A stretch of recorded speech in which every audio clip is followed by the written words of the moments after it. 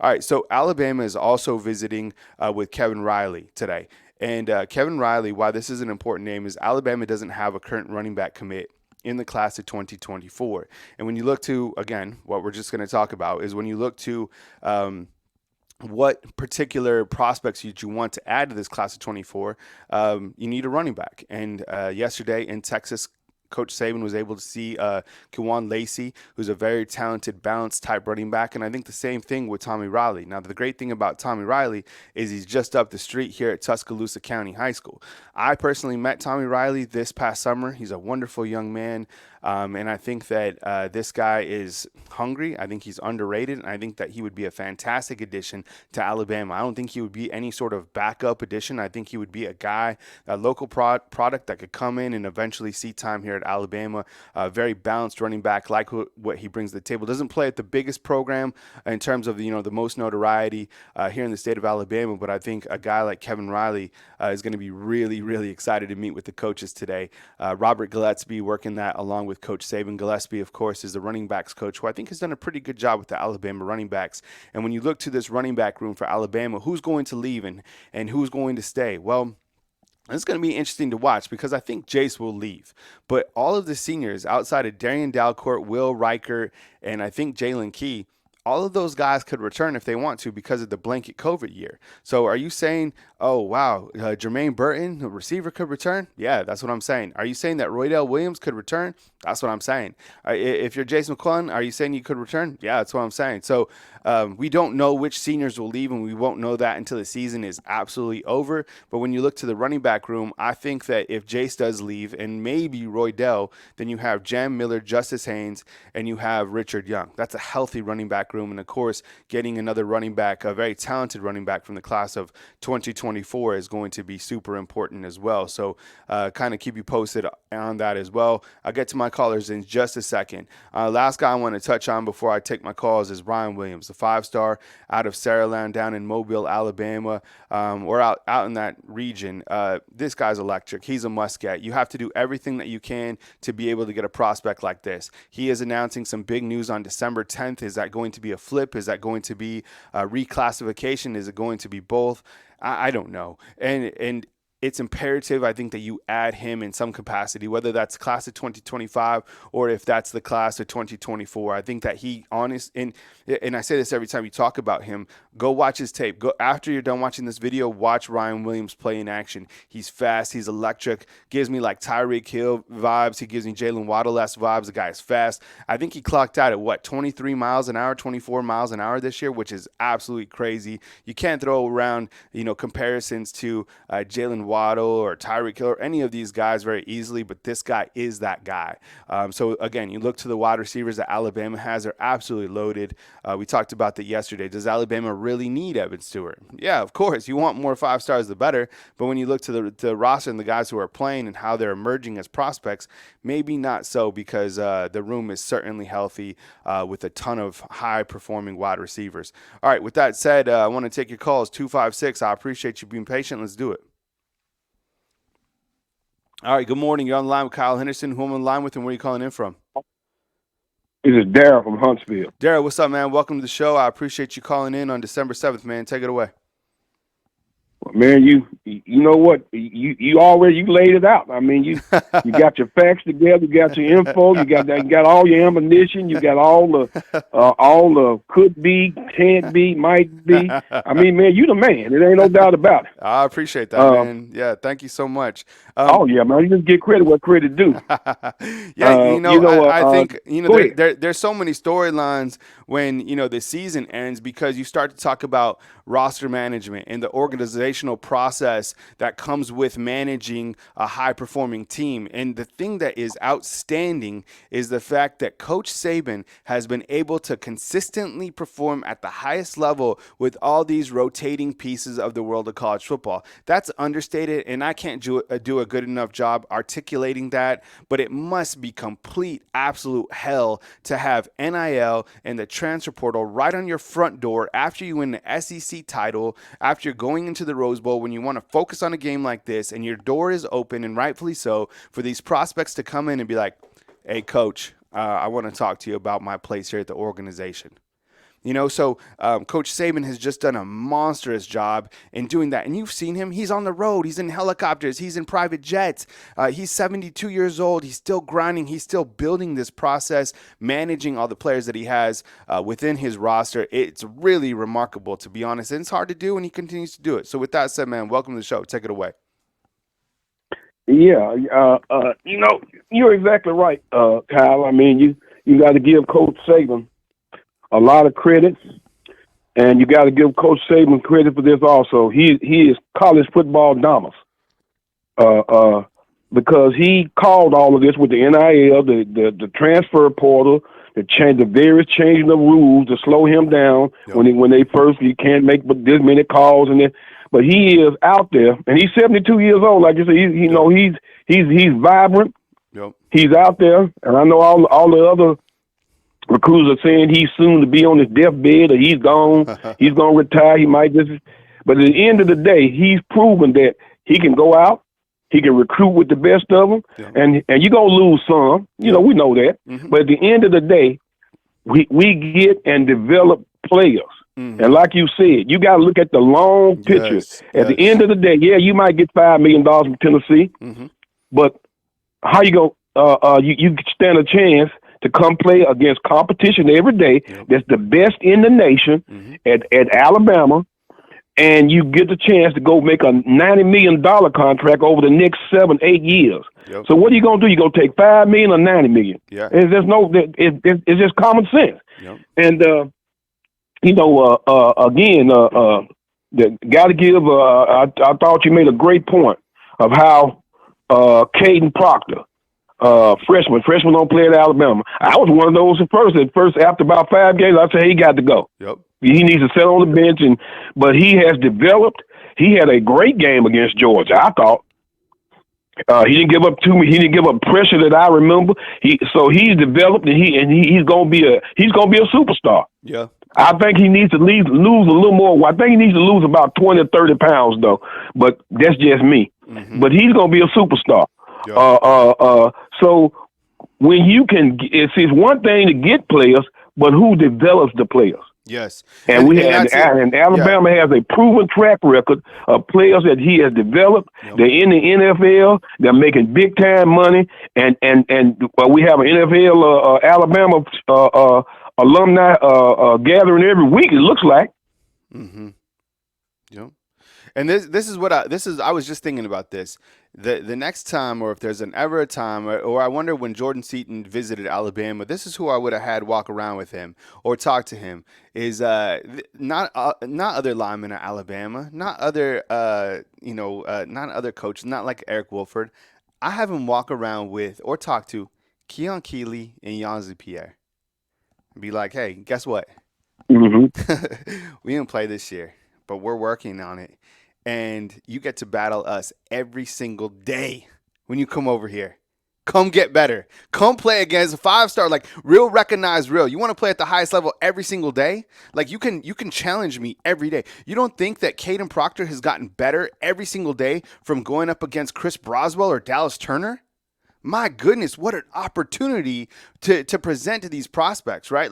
That's exactly why Caden Proctor has gotten better, along with experience throughout the year. But he's been battling against the 2 top edge rushers in college football every single day. It's battle. It's combat. It's the best against the best. And that's what, and Nick Saban clearly can show that. So, along with developing players to the ultimate level, which is the NFL, every day you're going to be battling against these high-performing other 5-stars, specifically Jordan Seaton. He's going to come in and have to deal with Keon Keeley every day. Yanzi Pierre, that sounds exhausting. So those are the things that I'm saying, right? What else you got when we look to the recruiting landscape or transfer portal? And speaking on that, I remember a story from Eddie Jackson. He said that he came in as a cornerback, yep. and he got burnt time in and time out by Amari Cooper. Oh God! And then when Nick moved him to safety, he was against it. But Nick told him, if you're gonna play pro, this is where you're gonna play pro at. Mm-hmm. He signed a multi-million-dollar contract with Chicago. He's been to the Pro Bowl. And who would have ever believed it? Yeah. From a piece of toast to the toast of the town. Yeah. Yeah, and you can say that, So, for any position too. Imagine being a secondary player going against like Jerry Jeudy, Jalen Waddle, Henry Ruggs at that time, right? It's like, I mean, the best play against the best. So I think if you're Jordan Seaton out there and you're making decisions, yeah, the short term money is enticing. And this is the thing: is there sometimes there's people in your corner, that are telling you to do something for the short term, and hopefully there's people hmm in your corner that are also telling you to think about long term. It's hard to do as a young man. We've all had those decisions that we are faced with, but there is wisdom in the room in your corners if you can look to it. And I think Coach Saban wouldn't sell these prospects short. And specifically, he's not like they're facts. Like he can show you. Like every time we go into the media room, it's listed on the back of the wall, the first round draft picks, and they cover the entire wall, which is like 40 feet long. So the proof says hmm itself. And what he's been able to do this year, Coach Saban isn't going anywhere. He's still hungry. He still has that dog mentality. And I don't know if they're going to get Jordan Seaton today. They could certainly absolutely use him right away, in my opinion. But, we'll find out at 11 a.m. Central Time. What else you got, Daryl, before I move to my next call? Yeah, let me let you move to another call. I'm just gonna say this, Kyle. Yeah. Great show. It's gonna get even bigger, and I see you. I see you doing great things, and then just keep rising to the top. I appreciate it, man. Thank you so much. I appreciate that. Thank you so much. All right, Daryl, playing a leadoff hitter right here on Bama Football on YouTube. We got an 865, a 973, a 251, a 479. Hey, fam, check this out. Today, I'm really blessed and honored to be able to have a lecture today at the University of Alabama. I was asked by a professor to come and speak to the University of Alabama to a master's class talking about digital strategy. And that is something that I'm really excited about because you've seen the YouTube channel morph into what it is today and how it's always growing. It hasn't stopped. It's always evolving, from the thumbnails, from the different types of content that we put out to the different timing of content that we put out. So I'm really excited about that, to share with some really bright minds at the University of Alabama. It'll be my first lecture, so really excited about that. I got that coming at 2 p.m. Central Time is when the class starts, and then 3 p.m. is when I will be presenting. So really, really excited about the opportunity to be able to contribute at that sort of a level. And that's something that I continue to work on myself. I mean, this isn't a finished product here by any means. We continue to work on different things, add different elements. Hopefully, as we continue to grow, as this YouTube grows, we can continue to add more people to this channel, and it's something that our goals and we're really excited about. So, all right, let's see. We got a 865, and we'll take that right now. I appreciate you calling in. Welcome to the show. You're on the line with Kyle Henderson. Who am I on the line with, and where are you calling in from? Yes, Angel from Pigeon Forge, Tennessee. Hey, Angel. Thanks for calling back, man. I appreciate hearing from you. What's on your mind, man? Welcome to the show, and take it away. Yes, but I can't wait to see Julian Sang one day. He's a really stud of a quarterback. Yeah, I think. And we definitely need yeah. Go ahead, man. Finish out. Yeah, the dude's a monster. I tell you what, he's a star, man. I think when you look to Julian Sang, the things that stand out to me, he has that point guard mentality. And what's going to happen is when he does come to Alabama, he's going to create a lot of competition. And I think when people look at competition, they get nervous. And the thing about competition is it makes the product overall better, right?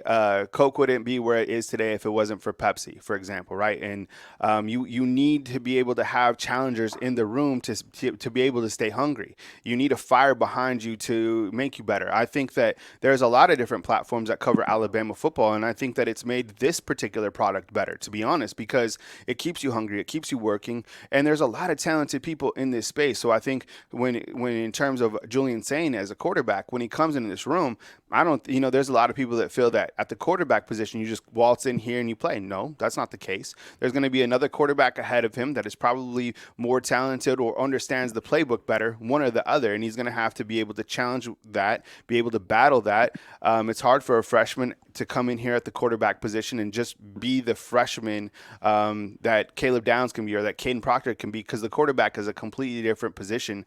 How about last night? Did you guys watch the 7A state championship game between Thompson and Central? Did you guys watch that? There's a freshman a freshman in high school that is leading a 7A program at the quarterback position. That was outstanding. They missed a field goal in the end to win that 7A title game, but that was really nice to watch. All right, Angel, what else, man, when you look to kind of recruiting or kind of the landscape of Alabama football outside of Julian Sain, what else is on your mind?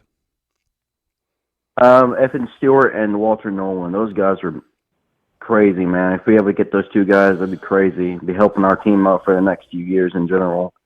Yeah, and in the long run. Yeah, I think when you look to those guys particularly, you look at all these guys and kind of the fallout after Jimbo Fisher at Texas A&M. Evan Stewart has not announced that he is in the transfer portal as of yet. I'm sure that he's talking with Texas A&M and trying to figure out things with Mike Elko and kind of the direction of that program. He was somebody that was certainly recruited from Alabama, and I think despite what Alabama has on the roster, you could definitely take him.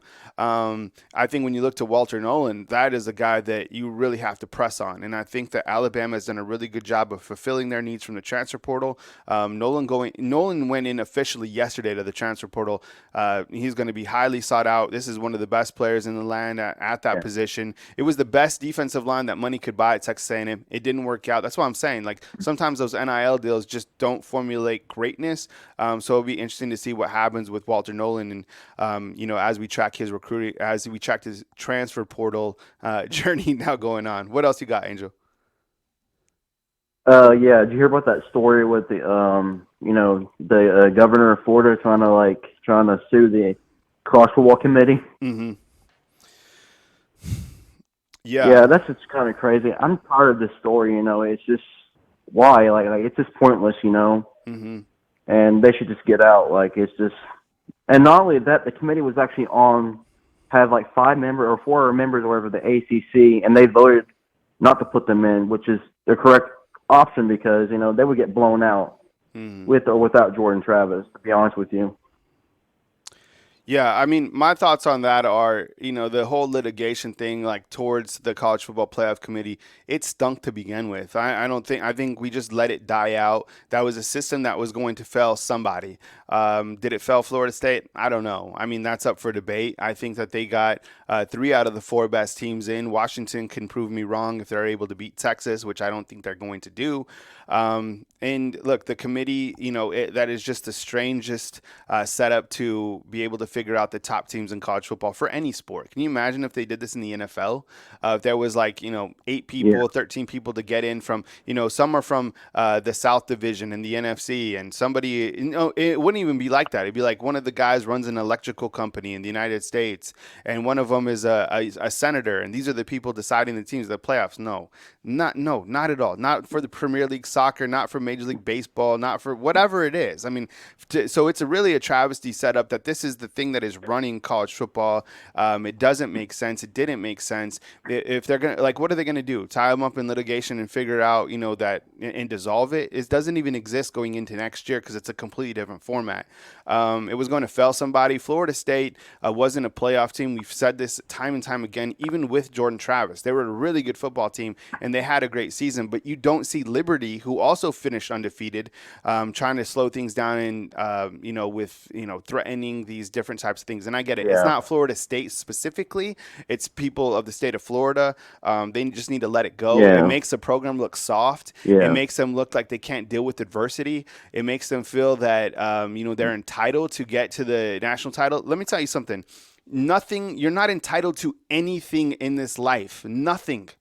It doesn't matter if you're a business, if you're a college, if you're a person, nothing. And even sometimes when you're perfect, you still don't get what you want. And what you do from that is you go forward and you try to continue to control what you can control. And that is consistency in your performance. But you're not entitled to anything. Coach Saban last year missed off on the playoffs. And did he go to litigation? Did he try to tie up things? No, what he did was he was able to focus on his organization. He was focused focusing on the players, he was able to get Will Anderson and Bryce Young to play in the Sugar Bowl as leaders of the team. And what did that do? That showed that they performed at a high level in the Sugar Bowl, and then those guys went off. Number 1 pick in the NFL draft, number 3 pick in the NFL draft. Some things are out of your control. What is in your control is how you take the next step towards the next day. Florida State has an amazing opportunity to go out and play the Georgia Bulldogs. The Georgia Bulldogs, by the way, have won their last 29 out of 30 games. They only lost to Alabama by 3 points. This is a team that has won not 1 national title, but 2 in consecutive years. Not a consolation prize. This is the next game that you have on your slate. Go out and finish 14-0 and prove everybody wrong that you can play with the Georgia Bulldogs, one of the most elite programs in college football. Yeah, I mean, they were trailing Northern Alabama before he went down anyway, so thank you. It kind of just wouldn't make sense to put him in. Yeah, thank you. All right, Angel, I got to move to my next caller, man, but I appreciate you calling in, and please call again. Thank you. Roll Tide. All right, roll Tide to you. All right, that's Angel calling out in Pigeon Forge. I already told you my Pigeon Forge story. But Pigeon Forge is really nice. But the time that I went there were so many people there, like so many. It was like Manhattan, like on the street. But the one thing that I did like about going up to Pigeon Forge is they have these roller coasters that go up in the mountains. But they're these roller coasters that you get in, and you get like an individual capsule. Let me know if you know inside the comment box what I'm talking about. I don't know what the name is. It's like a mountain coaster. So you sit in the coaster and you have like this kind of like braking system, and you're like out exposed. And I think you do have a it's kind of like a roller coaster type thing, and you go down the mountains and you can like brake. It's like the funnest thing ever. But the best time to go is at night because yes, Jeremiah, thank you. It's called the Alpine Slide. Yeah, these Alpine slides, and it takes you up the mountain and then you go down, and at night it's fire. I can't wait to do that again. Those are the Alpine Slide. Thank you. I forgot what they were called. All right, 973. Let's do it. Hey, thanks for being patient. You're on the line with Kyle Henderson. Who am I on the line with, and where are you calling in from? Kyle. What's Chris up? From New Jersey. Chris, what's up, man? Welcome to the show. I appreciate you joining on. How you doing, my friend? Doing amazing, man. Just having a fantastic. I had a monster November, having a monster December. I think you could feel my type of energy. I'm feeling good. It's time to focus on, the recruiting and going into the Rose Bowl. A lot of things to be grateful for every single day. Continuing to work on myself, but most importantly, man, we're talking college football or recruiting today, or whatever you want to talk about, man. So, Chris, welcome to the show, man. I appreciate you being here. Well, let's say that one caller was screaming that if we win, we're in. That was Chris from New Jersey, and I want to say that the reason why I've been joking about Coach Sean owing me an apology, but I think the real reason why he owes all of us an apology is I was watching the CFP show with you and Coach Sean and your friend with the hat there. And his argument why they were leaving us out was giving me heart palpitations. And I was like, oh, my God. And I'm like, now he really does owe us an apology. Now, and your friend with the hat, I love when he broke down the criterion that basically said that if there's a major injury to your team that's going to affect your future performance, then you can be left out. And that calmed me down. So listen, we were all I'm so happy that Bama made it in. They should be in. They're the best team in the country now. So let's talk a little Michigan before we go on. And then I want to talk about a little bit of this transfer portal on Nolan and Stewart. So Michigan is going to lose by 2 touchdowns. Now remember, don't forget, I'm a Rutgers grad. I watch Michigan against my school. They did not look good. Now they have not faced Ohio State is not a defense of Alabama or an offense. Mm-hmm. Nobody is. I see, and I love that that you've been saying Milroe hasn't had his best game of the season. I love when you say that because I agree that he is going to have one of the best games in the next 2 games. And but it goes to show you. The best, you and I both agreed that was the national championship game, the SEC championship. Mm-hmm. He didn't have the best game, and Alabama still won. So somebody is going to get a can of when Milroe breaks out. It starts making all these short passes, long passes. Yeah. The running backs start breaking long runs. I mean, did you see the offensive line blowing the defensive line of Georgia off the ball? It was crazy. And when they're starting Kyle, when they're starting to slow things down. One more quick one. Yeah. Somebody called you up, might have been Chris from New Jersey, that said, Caden Proctor, leave him alone, and we can go to the tape. I'm in there, and said, leave him alone. He is going to be a superstar, and he was the best lineman, including J.C. Latham, who's going to the NFL in the first round right now. Mm-hmm. He was the best lineman in the SEC championship. He was unbelievable. Mm. Some of those clips that they're rehashing from the SEC title game when Jaden Roberts literally is like blasting off the ball and he's throwing Georgia Bulldogs like they're like flying.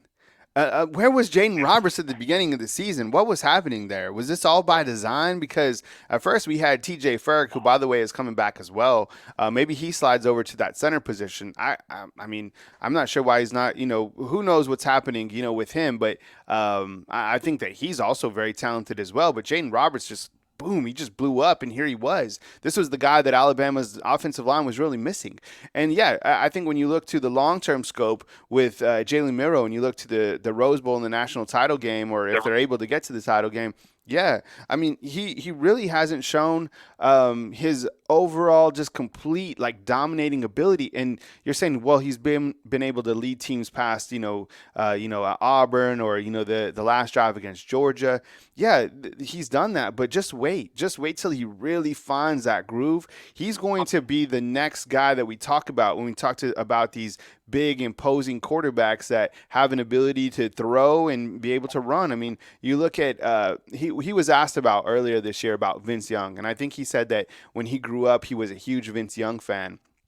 That Vince Young was able to take over a game. He did at the highest level. So I think that Jalen Milroe's story is not even close to being finished, and I can't wait to see him go against Michigan. Michigan has not faced a quarterback as dynamic as Jalen Milroe. They have not played the weapons. Look, overall, their schedule, we all pointed to Georgia's schedule, and I get it. They played a tough 3-game stretch, and then they had Alabama after Georgia Tech, so they really played 4 tough games. Michigan, they've really played 2 tough games. If you want to say Iowa was another one, then let's say 3, but they played Ohio State, they played Penn State, had a tough one with Maryland, but Iowa wasn't going to score points to begin with. I mean, they basically don't have an offense. So going up against Alabama and all the weapons that they have, if Tommy Rees has a great game plan, and look, the one thing that I've said this all this week is that Michigan does have a really good secondary, and I think they are a team built off defense, but they just haven't went against the weapons that Alabama has, specifically at the quarterback position. So someone said in the comment box, Vegas is crazy for listing Michigan as a favorite. I think so as well, but that bodes well to Alabama because that's more reverse rat poison for Coach Saban to work with and say that, look, this team, nobody believes in you, including Vegas, who has been right about a couple things, always, every single year, specifically in the playoffs. I love when Vegas listed the odds to make the actual playoffs. They were pretty much the teams. They were like spot on. So outside of Washington, anything else? What else you got, Chris, when we kind of look to where we are in the world of college real football? Quick, yeah. I'll say this about Michigan. Michigan, when it comes to betting, is definitely dumb money. You've got that David Portnoy from Barstool. He put $1 million on Michigan. I just saw giving 1.5. Yeah. So yeah, he's you ever know if you follow I don't follow his track record, but I understand he's one of the worst bettors in all sports, like horse racing, football, baseball, hockey. He's terrible. So when I saw he put $1 million on Michigan, I'm like, well, Bama's going to blow him out. Yeah. Now I want to talk about Nolan and Stewart and Jordan Seaton. And I remember watching you and Andrew Bone come down to the last minute. Remember, Walter Nolan and Evan Stewart both. Mm-hmm. There was a chance they were going to be Bama bound, both of them. Yeah. And of course, at the last minute, we know when Saban said, they bought and sold that class, and they went to Texas A&M. But we all know that both of them, both of them are looking in the mirror and saying this was a mistake. Now, what I wanted to know is, did you notice that Evan Stewart had a very cryptic tweet that said, the money, like everybody thinks we're millionaires over here, and the money just didn't come to fruition like everybody thinks, which I was like, wow, did people get promised money, they sign, and then they end up not getting the amounts that they think? Yeah. And, I think that could be the case. Now, that's why with Jordan Seaton, are they selling him certain dollar amounts, and it might not come to fruition? Yeah. Now, I'll say this: if you're a guy that is going to get the money, and you're all about the money, you want to get the money up front. I don't blame some of these kids. I don't. But let me just say this: Tommy Brockenmeyer, he was the number one recruit, the number one tackle in the country. The one guy from one of the recruiting sites, which I'm sure you probably know who it is, you're friends with. He was singing the praises of Tommy Brockenmeyer, that he was going to come in, he was going to be the number one, the best lineman for Alabama. And I don't fault the guy. I'm happy that he came. I'm sorry things didn't work out. But he would have been one of these $4 million NIL guys if that was the case back 100%. Then. And remember, he went into the spring game and got burned about 3 or 4 times, and he never saw the light of day after that. So, I think that if Jordan Seaton comes to Alabama, that is fantastic. If he doesn't come to Alabama, listen, we wish you well. I don't want to say it's water off a duck's back, but it is at this point. I love what you said, that there's so many guys behind here. All these guys are being developed behind the scenes. These big offensive linemen. And you're right. What do you got? Keely and Yonze Pierre. And these guys are going to battle. They're developing. How about one of these guys out of nowhere will come and like Braswell. He was like nowhere, and he's maybe our best defensive player other than Dallas Turner. So, or obviously Kool-Aid and the safety. I mean, the future is so bright. But listen, I don't want to talk about the future. Let's talk about beating Michigan, and I'm with you on the Texas winning, beating Washington. Yeah. I'm with you 100%. And but I got to tell you something. I think the game plan against Sark is going to be. Is going to be great, and I see that as the national championship game, and I like the Bama chances. So, I'm so excited, and keep up the great work. I wanted one last thing, Kyle. Can I just? I know I sing your praises a lot, which you deserve, but when you were doing that down the field of the SEC, and you turned your camera around to look at Milroe. With his family embracing. You're a quality act, man. You really are. You're a quality class act, and your success, and I know it's going to be bigger and bigger, but you deserve it all, my friend. I appreciate it. Yep. All right. Thanks, Chris. I really appreciate that, man. Thank you so much, man. Good call. Oh, please. Yep. Be well. All right, man. You take it easy, man. All right, Chris, calling out from New Jersey. I appreciate that. I think the one thing that I've realized, and the one thing kind of about the show and about kind of my mentality is, look, I'm gonna say it 100%. People can smell bullshit, and people know what is authentic, and people know what's an act. 100%. That's why I just try to be myself. There's some things that I personally think I could get better on with the show. Sometimes, my thoughts might not come out as clear as I want them to be, whatever.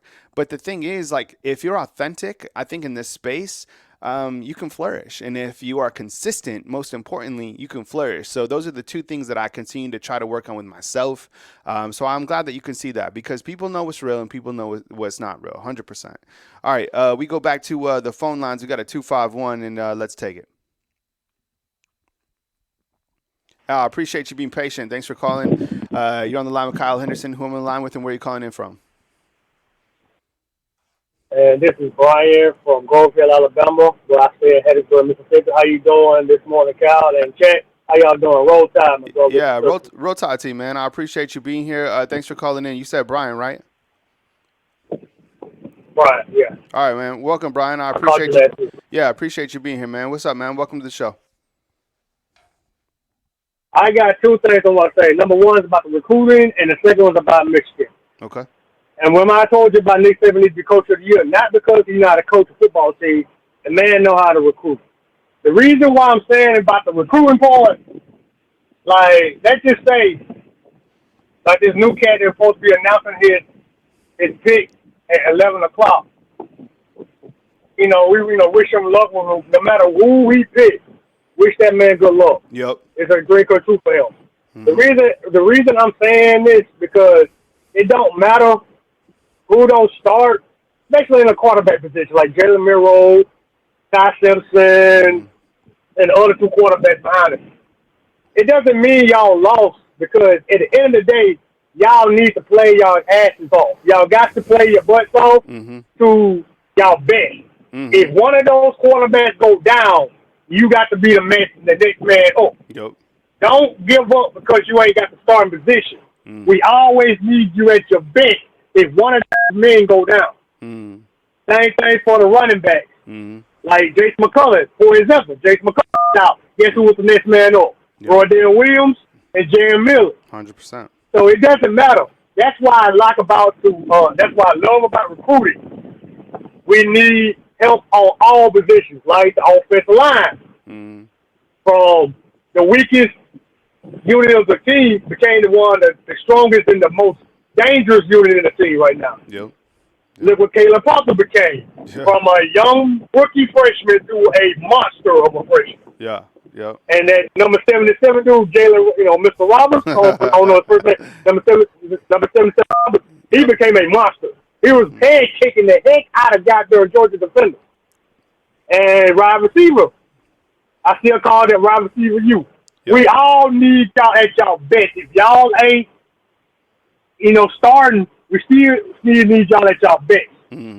Defensive linemen, same thing. We need you at your best.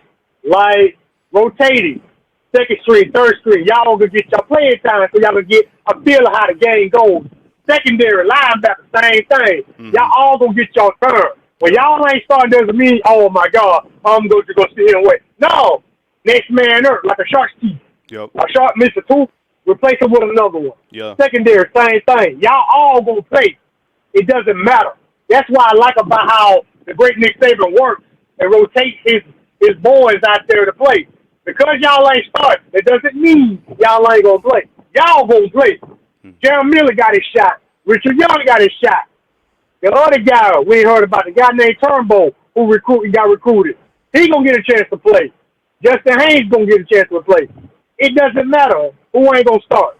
Everybody gonna have a chance to play. They get a feel for it of the game. So that's why I say Nick Saban is the GOAT and everything he does. Because that man knows what he's doing. And got that out the way on the recruiting standpoint. Whoever get recruited by Alabama, y'all gonna have some playing time and y'all gonna get noticed. And about the NFL wise, about the money and whatever, y'all still do your schoolwork. If y'all dream in the NFL don't go into what y'all plan, go back to what y'all went to school for. It's y'all backup. Please do that. Please do that and go for your career if y'all NFL dreams don't work out. Go back to what y'all used to do, what y'all went to school for, business, artwork, whatever. Y'all go back to that for y'all backup plan. Okay, enough about all that situation. I'm going to go to the Michigan thing. The Michigan and the Alabama situation. Back to the point about the comedians, about Florida State is upset and angry.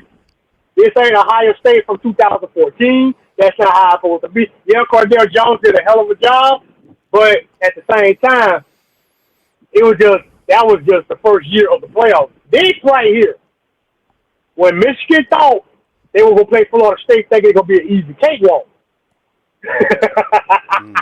No. If y'all really want to be the best, y'all got to defeat the final boss of the college football world, and that's Alabama. And we're going to test y'all. And Florida State, y'all want to consume y'all the better team, y'all going to play a pissed off, angry, bitter, fuming Georgia Bulldog team who got nothing to lose right now. A pissed off, former Georgia Bulldog team. They ain't the Georgia Bulldogs. They the Georgia Pit Bulls right now. But other than that, Michigan, we finna see what y'all really are. Mm-hmm. And no goddamn sign stealing, ain't none of that right now. But we got to prepare for this team and everything like that, too. Yep. So we got to prepare. And I like our chances. I'm not underestimating this team, but we finna show the world we still got a chip on our shoulder.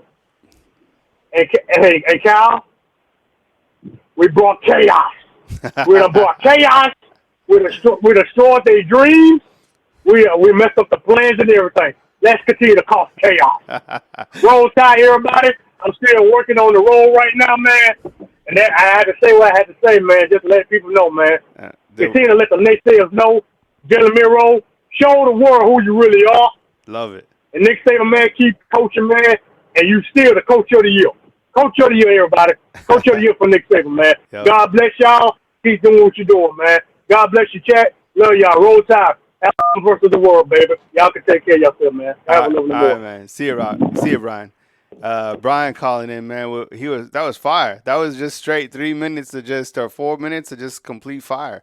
Hard to disagree, with some of his points that he's making. When you come with that type of intensity and you make your points, you earn the points right here on the show. I think kind of looking back at one thing that Brian said is, if Jordan Seaton doesn't choose Alabama, whatever, you wish him the best. And as we've seen in this world of continuing fluidity, it might not be over, right? It's not over until it's really over. And what I mean by that is sometimes if it doesn't work out someplace else, players end up at your school, right? So I don't know. You look at it like a Walter Nolan. Alabama's going to get somebody from the transfer portal, somebody, and it's going to be a monster name.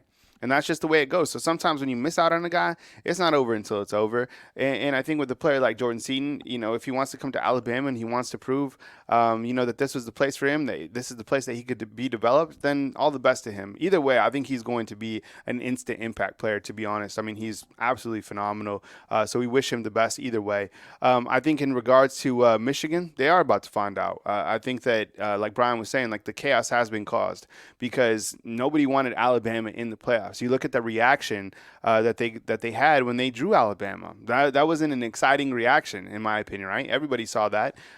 They were, because I think when you draw Alabama and you draw this Alabama team, there's so many things that you have to deal with, right? Specifically at the quarterback position, the defense, they're going to come after you.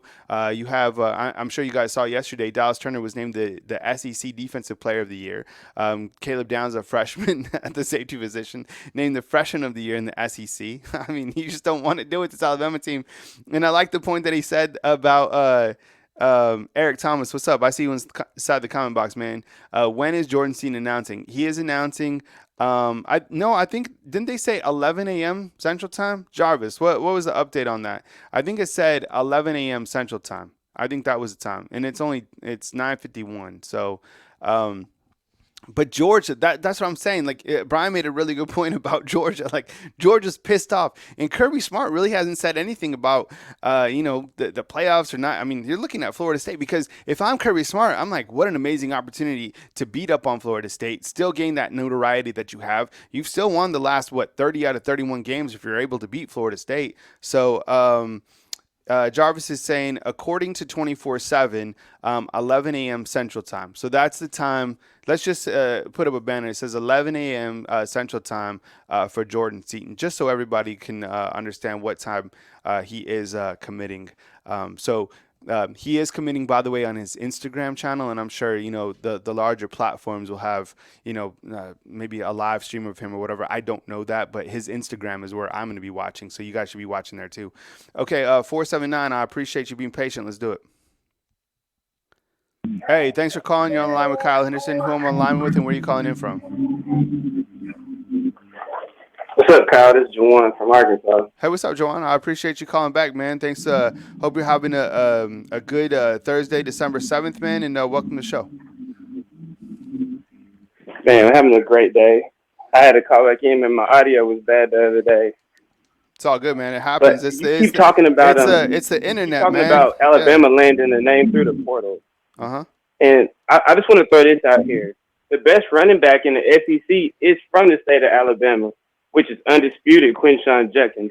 I'm pretty sure he's from Birmingham. Mm-hmm. What's stopping Alabama from getting him? He's an underclassman, and I don't know if everybody agrees, but he's head and shoulders better than any running back on any roster in the SEC. 2 years back to back, 1,000-yard seasons. Mm-hmm. How he got out of the state of Alabama, I don't know. If any of your callers or anybody who watches your show knows anything about Quentin Sean Judkins, I want to know. Mm-hmm. How did he not land at Alabama or Auburn? Mm-hmm. Then the second thing is just looking at Alabama recruiting. I know this kid coming up's a big kid, but I'm more looking at where is Julian Lewis going to pick?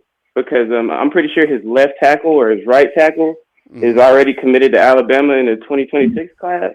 I think, Kyle. Mm-hmm. I'm not sure. I bet it's one of those classes where the guy's from Georgia. He's a 6'7". He committed earlier this year, a young guy. Mm-hmm. Really big guy out of Georgia. He's about 6'7", 320 already, I think. Mm-hmm. But he committed to Alabama earlier this year, and he plays left tackle for Julian Lewis out there in Georgia. And Julian's a really good prospect. Everybody's high on Caleb Downs. Just go look. Yo, Juwan. I think we lost Juwan. Juwan, call back, man. That was a good point. He was spitting some facts.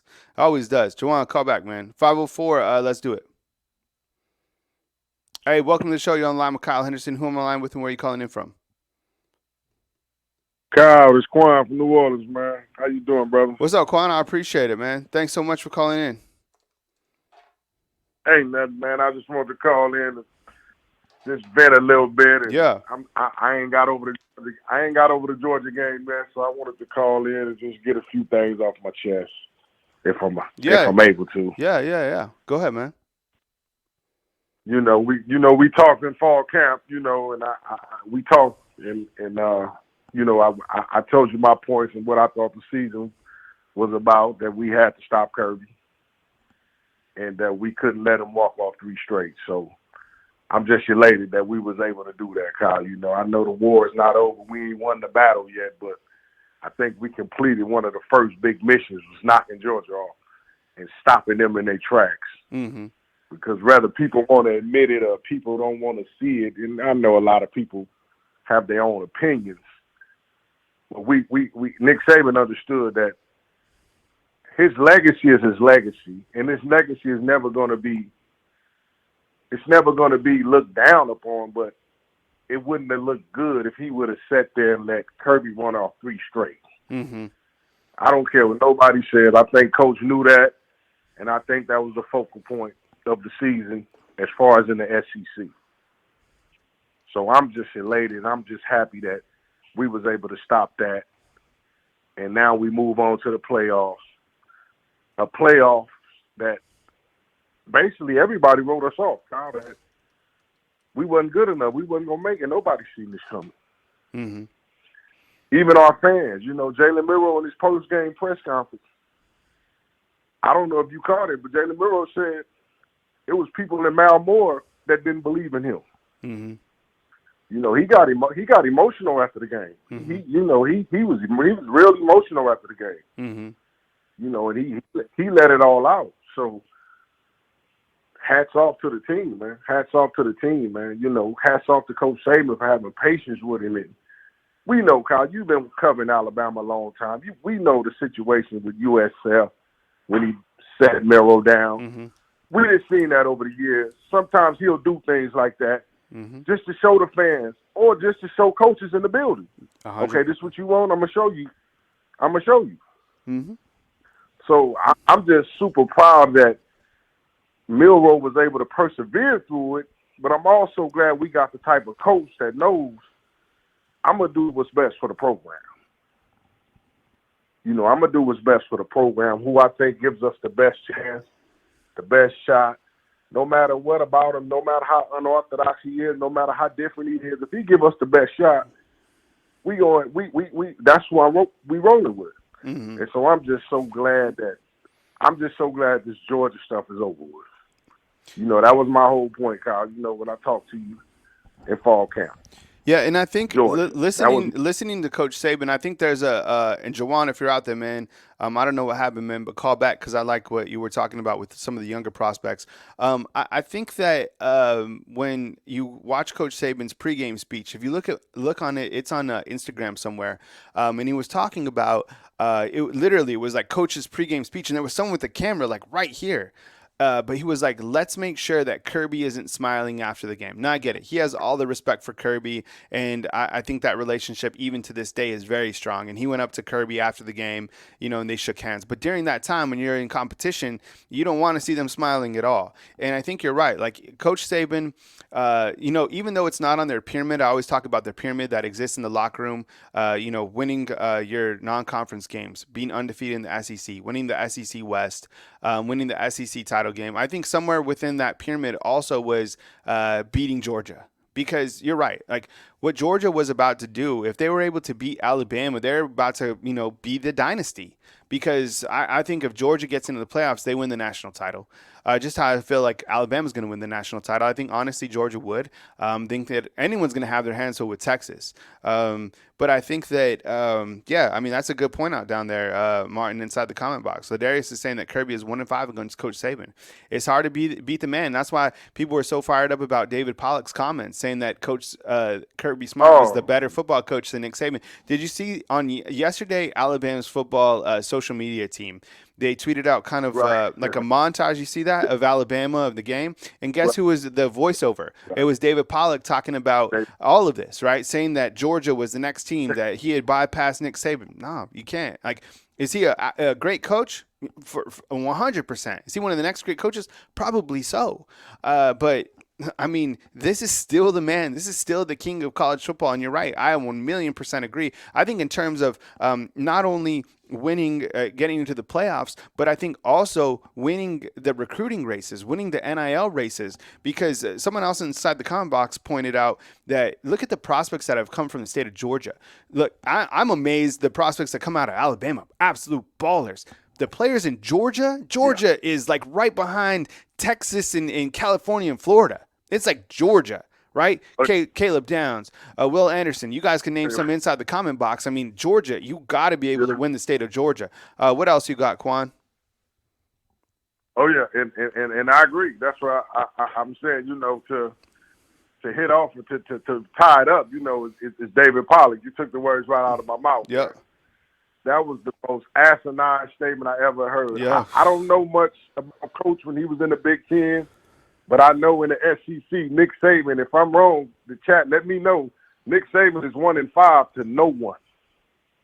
Yep. No one. He's 1-5 to no one. So it just kind of irritated me how, they come, and then you got, aside from you, Kyle, we got the Alabama football podcasters. Mm-hmm. This kid took a lot of hits, man, from everybody. Yep. One of your former employees, and I won't call his name if you don't want me to, but one of your former employees said Ty Simpson was going to catch him by this time, that he would be in the portal already. Mm-hmm. So it's just this kid persevere, man, and to see this team come this far, man, I'm just elated. I know we're supposed to be talking about recruiting in the playoffs. I just wanted to call in and get that off my chest. The mission was done, Kyle. Georgia is going to the Orange Bowl. They'll be watching us in the CFP. And I think we got a good chance. I think we want the rematch with Texas. 100%. Yeah. I think we want the rematch with Texas, Mm-hmm. And so I just wanted to call in. I don't want to hold you too long, Kyle. I just want to call in and just tell the team, man, we proud of y'all, man. We proud of y'all, man. Yep. Cool. Well, I appreciate you calling in, Quan, with the call and your thoughts on this Georgia-Alabama game, because it's still not over in terms of kind of the emotions that are after that game. I mean, and this is something that we're going to be talking about in February and in March, because the thing about this team was that a lot of people didn't believe in this team, and that probably goes to the emotions of a lot of these players that they're feeling, kind of that the Lang mentality, the let a naysayer know, like going into, when they started that back in week 2, people still weren't buying into it, right? They're like, nah, this team is is vulnerable. I have a video that I posted back in like week 2 or even before the season, because going into the season, people were like, this is not the team. Like, this isn't going to be the team that is vying for the playoffs, vying for a title game. And man, these guys proved everybody wrong. A lot of people, a lot of people that cover the Alabama team.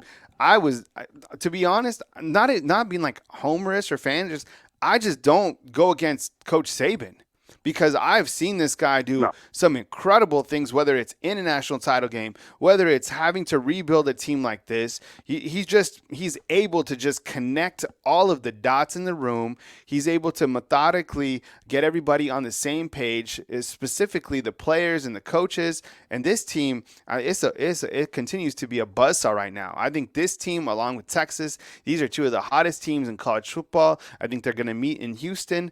I can't wait to see the playoffs. But this is a buzzsaw team that still has a chip on their shoulder. Alabama knows that the mission isn't completed. The revenge tour is not done by any stretch of the imagination. And guess what? If this Alabama team wins the national title game, the revenge tour is still not over, because this mantra and this mentality here at Alabama is back-to-back or better. That is the mindset, and that is the standard here at Alabama football. Coach Kevin Steele, at the beginning of the season, he said, when he was asked about the Alabama standard, he was like, where did it go? He was like, it never went anywhere. It may have changed, and I think the philosophy changed a little bit, specifically on the defensive side, but you've seen what Kevin Steele's been able to do. If there's one coach and there's one particular player that we are not talking about enough, that is Kevin Steele, 100%. What he's been able to do on the defense, because I think you, Quan, and everybody else inside the comment box knows that the defense is completely on fire, and they've been consistent, and they've been performing at a high level, and the guys that are even in the ones and the twos have been able to step up and play at a high level.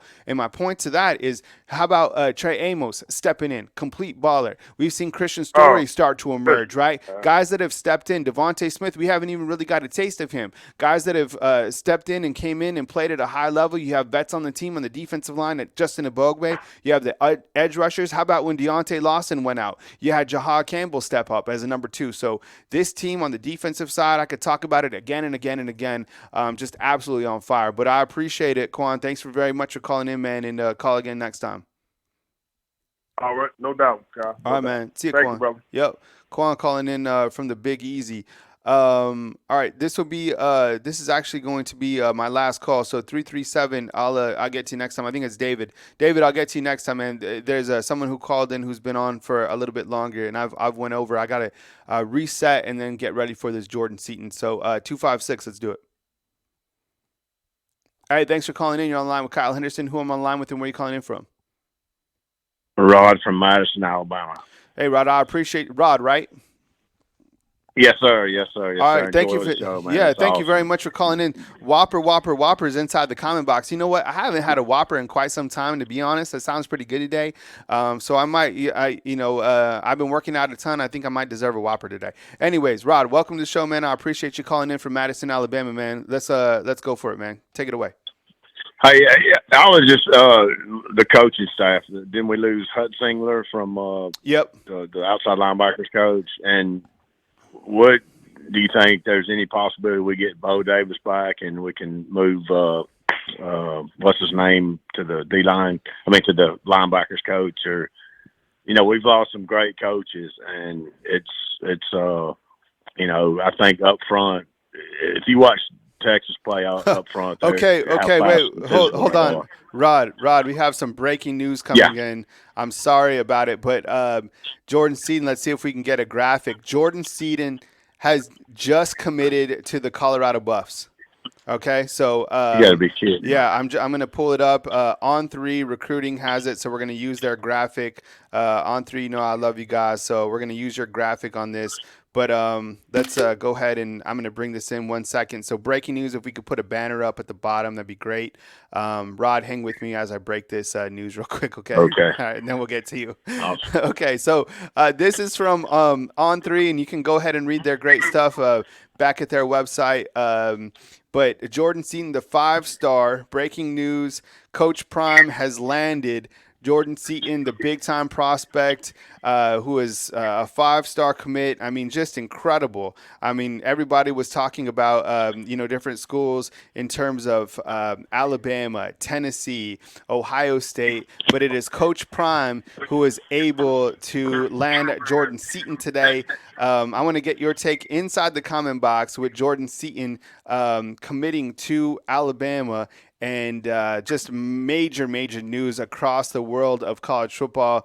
So sound off inside the comment box, and we'll put a banner that says breaking: Jordan Seaton has committed to Colorado. What is your take inside the comment box? Look, Colorado needed to build up their offensive line, but man, Coach Prime with an absolute slam dunk today. And I think when you look to Coach Prime and how he's been able to keep Colorado relevant, even despite the back end of the season that they had, losing, game after game.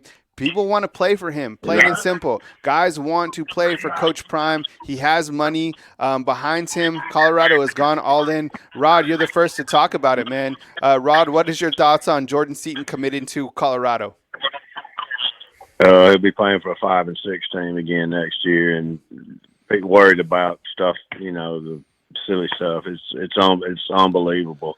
I think Coach Prime can coach pretty good a little bit, but where he is going, it's not gonna. It won't last that long. I don't believe they're, have the facilities and the coaching staff that we have, and he could be playing and getting the best coaching there, that Alabama can give them, as opposed to Colorado. It's just a clown show, I believe, out there.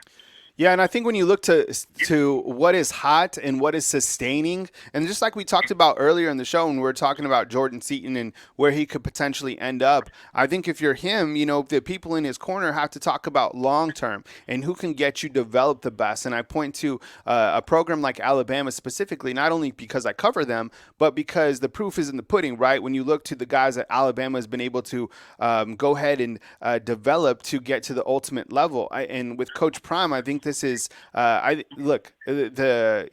able to stay relevant, and people that have went to Colorado, you're going to get in the spotlight, but in terms of the development, I don't think that really Coach Prime has shown that just yet. He needs to be there for a while. It takes a long time to build that up. It's kind of that new thing that has popped up. In long term, he has to prove it, and he's going to have that opportunity to do it. But man, this is just major news that is shocking the world of college football, because nobody had a prediction on this kid, and then he calls Colorado. Anything else, Rod? I know you had a couple questions, so let me get to those before I move to my next caller. You asked about Coleman Hutzler to Mississippi State. Yes. I think, and I was wondering about Freddie Roach, if he was maybe they were to make a move to make him the linebackers coach, we could go get Bo Davis back. Bo Davis is the best in the business.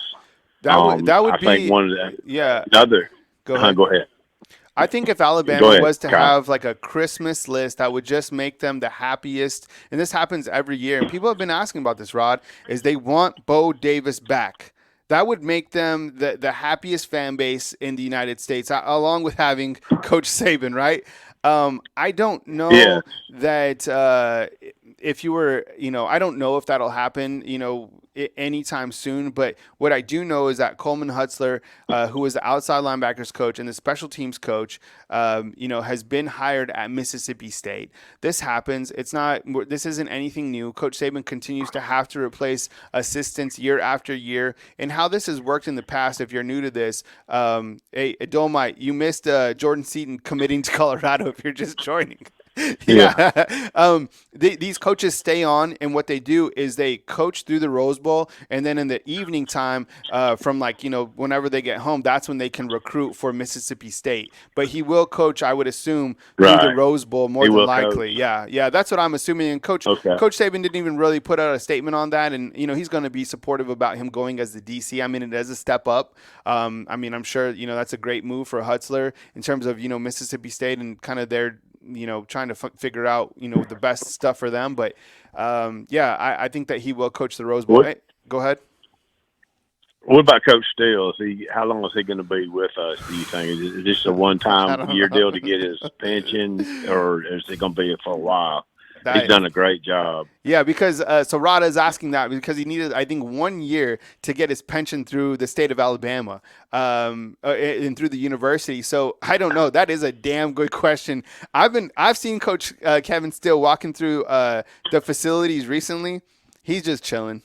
And Yeah, he's got money. yeah, He's got the attitude. I think Coach Saban loves him. yeah, Coach Saban recently said he's like, he don't say much, but when he says something, people listen to him. So I don't. yeah. I think you And keep him on. you got Jeremy Pruitt out there too, waiting in Oof. the wings too. What if all the Have you heard boys come anything on back? that? No, I haven't heard anything on that. But what if the old class gets together? Bo Davis, Jeremy Pruitt, Kevin Steele. All these guys coming back. Yes, that's what I'm saying. Yeah. I can't imagine any of these kids wanting to go to any other school. And what's blowing my mind, and I was wanting to ask you, is all the 5 stars out of Alabama. We've only got like 1 or 2, and in my book, we should have all of them. I mean, I don't see how the heck. It's just a disgrace for the Cal College to even get any of these guys. It's unbelievable. It's sickening. It's like you got a chance to play for the Yankees, and you're gonna go, play for the Orioles. It don't make any sense. All right, Rod. Well, I gotta break out, man. But I appreciate you being here, man, and we'll catch up with you next time. Is it the NIL deal you think that's doing that? 100%. Yeah, 100%. Okay. All right. I think it's. All right. Thanks, Kyle. Y'all have a good one. Yeah, you take it easy, Rod. Roll Tide. All right, roll Tide. All right, roll Tide, brother. All right. All right. I'm gonna close up the phone lines now. Jordan Seaton has committed to Colorado. Look, is it an NIL deal? Absolutely, 1,000,000%. I think that what Coach Prime has been able to do at Colorado is make them relevant again. I used to cover Colorado. I used to have a business that operated out of Boulder. It's a very difficult place to win. I know that things are changing with as the Pac-12 dissolves and whatnot, but Coach Prime has been able to showcase that he can get you in the spotlight. And what he has to prove is the consistency to win football games. It's going to take, time to build over there, but getting a player like Jordan Seaton, I think, sends shockwaves across the world of college football. They needed to improve on their offensive line. And look, at the end of the day, at the end of the absolute day, this is fact and true. Players want to play for Coach Prime right now. Right now, like as of today, he's relevant. He's in popular culture. Can he coach a winning team? Can he get you to the playoffs? I don't know. I know a coach that can, and I know a coach that is playing in the playoffs, and it's Coach Saban. And I know a coach that has won 11 games for 10 seasons in a row, and that is Coach Saban. These are high school kids transitioning to college. If you rewind to that time in your mind, short term is much better. Long term, as we know and as we grow up, is always the best option. Sometimes it's hard to follow that advice, but that is the truth. And so you have Jordan Seaton committing to Colorado, and really shocked by that. Everybody is shocked by that. There was people out there that thought it was Alabama, Ohio State, Tennessee, that there was going to be some late play by Tennessee, but at the end of the day, short-term wins, and Jordan Seaton has shocked the world of college football and ended up at Colorado. And Coach Prime always says in the transfer portal too, he's like, I'm not hard to find. And he can continue to keep Colorado relevant despite, a 5-7 season or something like that. Credit to Coach Prime. And this is an absolute shocker today. Look, Coach Prime isn't going anywhere. He's not. I mean, he proved that. I mean, with landing Jordan Seaton, I can't even imagine what other guys from the transfer portal, what other prospects that he is going to land going forward. But this is an absolute shocker. NIL has changed college football 100%. It's brought in more parity. Players, can get that short-term money. You can get whatever player that you want for the most part from the transfer portal. Money talks. So today, Jordan Seaton goes to Colorado, and I'm curious, and I don't know if he'll ever address this. And you at the end of the day, you have to be happy for the kid for announcing and doing whatever. But I'd be curious to ask Jordan, what makes you feel that you can be developed at the highest level under Coach Prime? I think that's a fair question. And that's not being facetious. I'm just like, what are the facts that tell you that? And I think if you're asking that to him and he's talking about Nick Saban, you're talking about the fact that he's able to put guy after guy into the NFL. And, that's kind of the world that we live in right now. So once again, Jordan Seaton has committed to the Colorado Buffs. Kyle Henderson of Bama Football on YouTube. I appreciate you guys being here today. Thank you so much for joining me. I'll catch you guys throughout the day or as news breaks right here on YouTube. And, you probably find more information on our boy Jordan Seaton back at On3. This is where this graphic is from. They do such a great job. I think it's honestly, when you look to the college football landscape, I've been seeing some really good things from 24/7 as well. I am from Rivals, and I have nothing against Rivals as well. Rivals treated me very well for 16 years, and On3 has some great people. So I think when you look to the college football landscape, there's plenty of different options. And honestly, I have respect for all the content creators out there, whether they're at AL.com, Touchdown Alabama, On3, wherever it is. I respect the grind. I respect the craft. There's a lot of good people out there, but absolute shocker today as Jordan Seaton has committed to the Colorado Buffs. I will catch you guys next video. Please hit the thumbs up, like, subscribe. Help me get to 100,000 fam. Almost there. I think we're closing in on 98,000 subscribers right here at Bama Football on YouTube.